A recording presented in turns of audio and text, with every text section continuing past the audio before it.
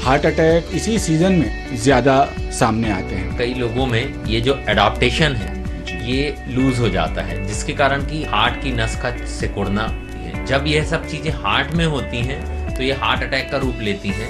Covid के बाद definitely clotting tendency बढ़ी है लोगों की। हार्ट अटैक आने के पहले कहीं ना कहीं आपको कुछ संकेत देता है। लाइफ स्टाइल में मॉडिफिकेशन करना है, खान पान का बहुत ध्यान रखना है, रेगुलर अपने डॉक्टर के टच में रहें। जो चीज़ आजकल बाहर हो रही है वही चीज़ हम लोग जबलपुर में लाए हैं। कई मरीजों को उन्होंने ठीक किया, कई मरीजों की जान बचाई। आपके स्वास्थ्य संबंधी सभी सवालों के जवाब लेकर आए हैं हम। नमस्कार, डी इंडिया न्यूज़ चैनल पर आपका स्वागत है। मैं हूं कृष्ण कुमार।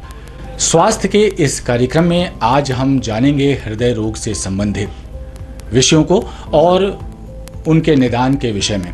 हमारे साथ शहर के जाने माने प्रतिष्ठित doctor Animesh Gupta, MD medicine, DM cardiology हमारे साथ मौजूद हैं। तो आइए जानते हैं। सबसे पहले डॉक्टर साहब, आपका हम इस कार्यक्रम में स्वागत करते हैं और हम जानना चाहेंगे इस कार्यक्रम के जरिए जो हमारे दर्शक हैं वो देख रहे हैं, इस सीज़न को वैसे तो हेल्दी सीज़न माना जाता है, लेकिन हार्ट अटैक और उससे जुड़ी बीमारियां जैसे ब्लड प्रेशर या स्ट्रोक तो देखने में आया है कि इसी सीज़न में ज़्यादा सामने आते हैं। तो इसका क्या कारण है? एक्चुअली जैसे जैसे अभी मौसम बदल रहा है, ठंड बढ़ रही है जी, टेम्परेचर बहुत डाउन हो रहा है, उसी कारण से अपना शरीर भी है अडॉप्ट करता है। लेकिन कई पेशेंट्स में या कई लोगों में ये जो अडॉप्टेशन है ये लूज हो जाता है, जिसके कारण कि हार्ट की नस का सिकुड़ना, अपना जो खून है उसका गाढ़ा होना, खून में क्लॉटिंग टेंडेंसी बढ़ना, ये सब चीज़ें ज़्यादा होती हैं। जब यह सब चीज़ें हार्ट में होती हैं तो ये हार्ट अटैक का रूप लेती हैं। जब ये चीज़ें ब्रेन में होती हैं तो स्ट्रोक का रूप लेती हैं जी। तो मेनली खून का गाढ़ा होना और नस का सिकुड़ना, ये दो कारण मुख्य हैं जी। और देखा ये भी जा रहा है कि जैसे बुजुर्ग हैं तो उनमें ज़्यादातर होता है और यंग लोगों में भी ये चीज़ें सामने आ रही हैं, तो इसका क्या कारण है? बुजुर्गों में जो अपना प्रतिरोधक क्षमता रहती है किसी भी चीज़ से फाइट करने की, वो कम रहती है। उस कारण से उनमें आप देखते हैं कि हार्ट की दिक्कत, बीपी ज़्यादा होता है। इसी कारण से जो नस की सिकुड़न होती है वो भी ओल्ड एज में ज़्यादा होती है। क्लॉटिंग टेंडेंसी भी ओल्ड एज में ज़्यादा होती है। यंग एज में सबसे इम्पॉर्टेंट रहता है कि स्ट्रेस, आजकल अपन देख रहे हैं जो अपनी दिनचर्या है वो स्ट्रेस पूर्वक है। नींद कम होना, स्ट्रेस ज़्यादा होना, इसके साथ साथ अल्कोहल, स्मोकिंग, ये सब जो फैक्टर्स हैं बहुत ऐड करते हैं एक तरह से आपकी क्लॉटिंग टेंडेंसी में और इसके साथ साथ हार्ट की नसों को सिकुड़ने में। एक बार आपकी हार्ट की नस डैमेज होती है तो उसमें कैस्केड बन जाता है, जिसके कारण की क्लॉटिंग होती है और फिर धीरे धीरे करके हार्ट अटैक का रूप ले लेती है। इसीलिए यंग एज में देखा गया है कि आजकल हार्ट अटैक ज़्यादा है। दूसरी चीज़ आप देखेंगे कि जो अपने इंडियंस हैं उनमें कोलेस्ट्रॉल जो एलडीएल है, बैड कोलेस्ट्रॉल, वो ज़्यादा बढ़ा मिलता है एज़ कम्पेयर टू यूरोपियंस। ये भी एक बहुत बड़ा रीज़न है कि हार्ट अटैक इंडियन यंग में ज़्यादा पाए जाते हैं। तो इसके लिए कुछ निदान या कुछ सावधानियाँ? डेफिनेटली सबसे बड़ी चीज़ है कि हमें अपने आप में ही लाइफ स्टाइल में मॉडिफिकेशन करना है। एक टाइम जरूर निकालें एक्सरसाइज के लिए या अपने शरीर के लिए। दिन में 1 घंटा बहुत ज़रूरी है। आइडियली आपको 30 मिनट एक्सरसाइज करना है कम से कम हफ्ते में 5 बार, ताकि आप नॉर्मल वॉकिंग कर सकें या एक्सरसाइज कर सकें, वेट लिफ्टिंग कर सकें, जॉगिंग कर सकें, योगा कर सकें। किसी भी रूप की एक्सरसाइज आपको कम से कम आधा घंटे दिन में करनी ही करनी है। इसके बाद आता है स्ट्रेस। आपको स्ट्रेस अवॉइड करना है, नींद पर्याप्त मात्रा मिले, कम से कम 6 से 8 घंटे की नींद आपको लेनी ही है। ताकि आपकी नींद पर्याप्त होगी तो जो आपके अंदर के हार्मोनल चेंजेस रहते हैं वो नहीं हो पाएंगे। अगर हार्मोनल चेंजेस अच्छे होंगे तो आप भी स्वस्थ रहेंगे। खान पान का बहुत ध्यान रखना है। खान पान में आपको जंक फूड अवॉइड करना है, हाई सॉल्ट डाइट अवॉइड करना है। इसके साथ साथ घी, तेल, चिकनाई वाली चीज़ें ज़्यादा से ज़्यादा अवॉइड करना है। इन सब चीज़ों को अगर अपन क्यूमुलेट करेंगे, अगर ये चीज़ अपन अपनी लाइफ स्टाइल में ला पाते हैं तो इससे अपन हार्ट अटैक से काफ़ी हद तक बच सकते हैं। महामारी के रूप में जो हमारे सामने कोविड आया था, निकला है कोविड अभी, तो उसका भी कुछ प्रभाव है वैक्सीनेशन वगैरह का या कुछ ऐसा? एक्चुअली कोविड ने अपने शरीर में कई बदलाव किए हैं, हर किसी के शरीर में बदलाव किए हैं। कोविड के बाद डेफिनेटली क्लॉटिंग टेंडेंसी बढ़ी है लोगों की, भले ही वो हार्ट अटैक के रूप में हो, स्ट्रोक के रूप में हो या पेरिफेरल आर्टरी डिजीज़ के रूप में हो। तो इसी कारण से आपने देखा है कि जो अभी यंग आ रहे हैं, यंग बहुत जो मतलब 40 साल के नीचे हैं, उनमें आप देखेंगे कि जिनमें वैक्सीन लगी है या फिर वैक्सीन से ज़्यादा कोविड खुद में एक तरह से क्लॉटिंग टेंडेंसी बढ़ाता है, जिसके कारण कि अभी यंग में हार्ट अटैक आना, बीपी बढ़ना, इसके साथ साथ स्ट्रोक होना या कई पेशेंट्स डीवीटी के, पेरिफेरल आर्टीरियल डिजीज़ के डेफिनेटली कोविड के बाद बढ़ गए हैं। उसके लिए अपन को रेगुलर चेकअप कराना, अपनी क्लॉटिंग टेंडेंसी को भांपना बहुत ज़रूरी है। आम आदमी समझ नहीं पाता, जब इंसान को हार्ट अटैक आता है या ब्लड प्रेशर बढ़ जाता है तो उसके समझ में आ नहीं पाता है। वो हम कैसे जाने क्या लक्षण होते हैं, क्या ऐसे सिम्टम्स होते हैं जो आम आदमी भी उनको देखे और समझ जाए नहीं ये इसको अटैक है या माइल्ड अटैक है जैसा भी। तो एक्चुअली हार्ट अटैक कभी भी आता है तो वो आने के पहले कहीं ना कहीं आपको कुछ संकेत देता है। कुछ इंपॉर्टेंट संकेत होते हैं, जैसे कि छाती में दर्द होना, या आप कंफ्यूज होते हैं कई मरीज की हमें गैस है। आप अक्सर देखते हैं कई मरीजों को गैस है, कोई अपना पैंटोसिड, DSR, बहुत सारी टैबलेट लेते हैं गैस की, लेकिन ठीक नहीं होता है। अगर ऐसी स्थिति हो तो आप उस स्थिति में एक ECG जरूर करवाएं। बीच में छाती में दर्द होना, पसीना आना, चक्कर आना, सांस फूलना, ये सब सिम्टम्स ऐसे हैं जो कि आपको सचेत करते हैं कि ये हार्ट की दिक्कत है। इसी के साथ पैदल चलने में छाती में दर्द होना, पैदल चलने में सांस फूलना, इनको अपन एंजाइना या एंजाइना इक्विवेलेंट कहते हैं। ये भी बहुत ज़्यादा आपको अलर्ट करते हैं कि आपको कहीं ना कहीं कोई दिक्कत है। ऐसी स्थिति जब भी आपके सामने आए, आप अपने डॉक्टर से परामर्श लें, ECG कराएं, एको कराएं। उससे भी ज़रूरी है कि आप अपनी हार्ट की working capacity, stress bearing capacity को नापें। ट्रेडमिल टेस्ट है TMT, वो कराएं। ज़्यादा है फिर उसके आगे तो अपने डॉक्टर से आप परामर्श लेके बाकी भी टेस्ट हैं, कोलेस्ट्रॉल और ब्लड के टेस्ट, वो करवा सकते हैं। निश्चित रूप से हमारे दर्शकों के लिए ये जानकारी उपयोगी साबित हो रही होगी। हार्ट अटैक से डॉक्टर साहब बचाव के हम क्या कोशिश कर सकते हैं कि हम इसको अवॉइड करें? एक्चुअली बचाव के लिए मैंने आपको जैसे बताया कि सबसे इम्पॉर्टेंट है कि आप अपनी क्षमता को खुद नापें कि आप कितना चल पा रहे हैं, कितनी एक्सरसाइज कर पा रहे हैं। तो आपको सबसे पहले तो अपने शरीर को चलाना है, एक्सरसाइज करनी है। कम से कम जैसे 30 मिनट हफ्ते में 5 दिन ही एक्सरसाइज का रूटीन बांध लें। स्ट्रेस अवॉइड करना है, नींद पर्याप्त मात्रा में लेनी है, खान पान का ध्यान रखना है। खान पान का ध्यान किस रूप में रखना है, जैसे अपन को घी, तेल, चिकनाई वाली चीज़ें का अवॉइड करनी है, जंक फूड अवॉइड करने हैं, पानी की मात्रा एडिक्वेट लें, डिहाइड्रेशन ना होने दें। इसके साथ साथ आप अपना जो कोलेस्ट्रॉल लेवल है वो रेगुलर चेक कराते रहें, तरल पदार्थ कम लें।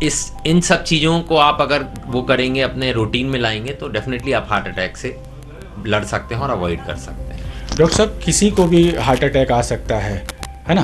कुछ अगर ऐसे सिम्टम्स आ रहे हैं तो इमरजेंसी के समय हम त्वरित फर्स्ट एड के तौर पर, मसलन जैसे हॉस्पिटल ले जाने तक या डॉक्टर के पास ले जाने तक हम क्या प्रिकॉशन?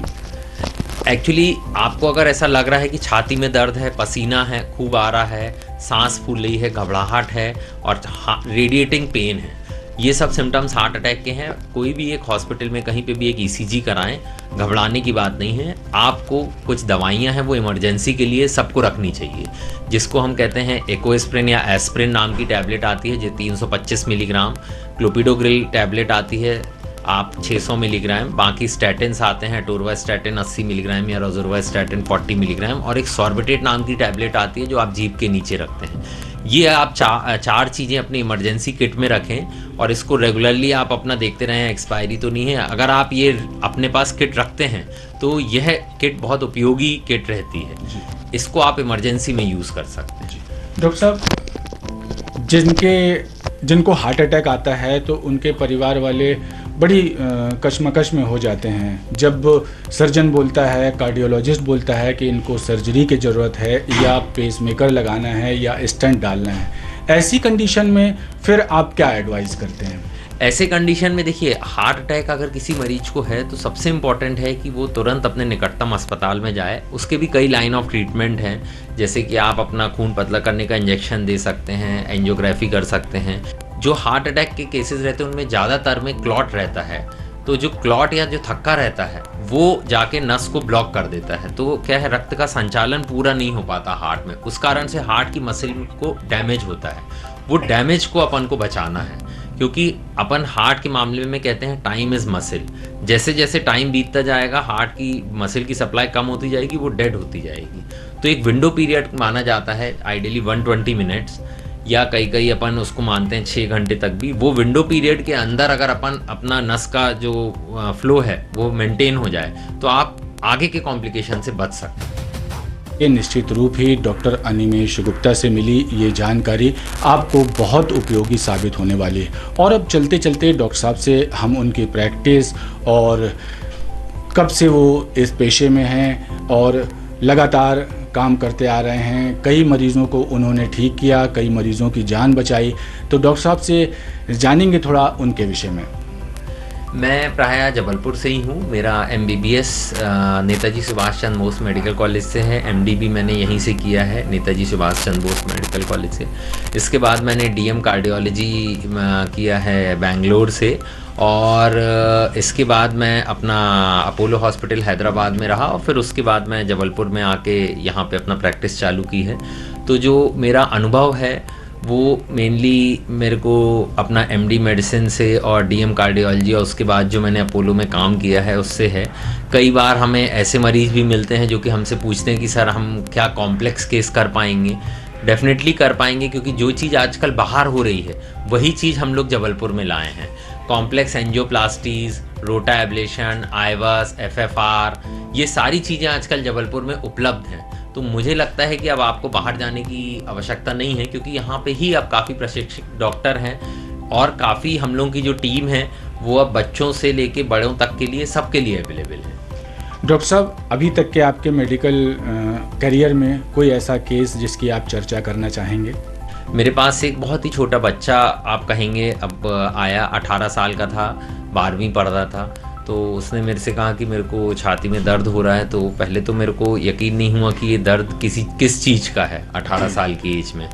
तो मैंने उसके बेसिक इन्वेस्टिगेशन कराए, ECG देखा, एको देखा और कुछ टेस्ट कराए।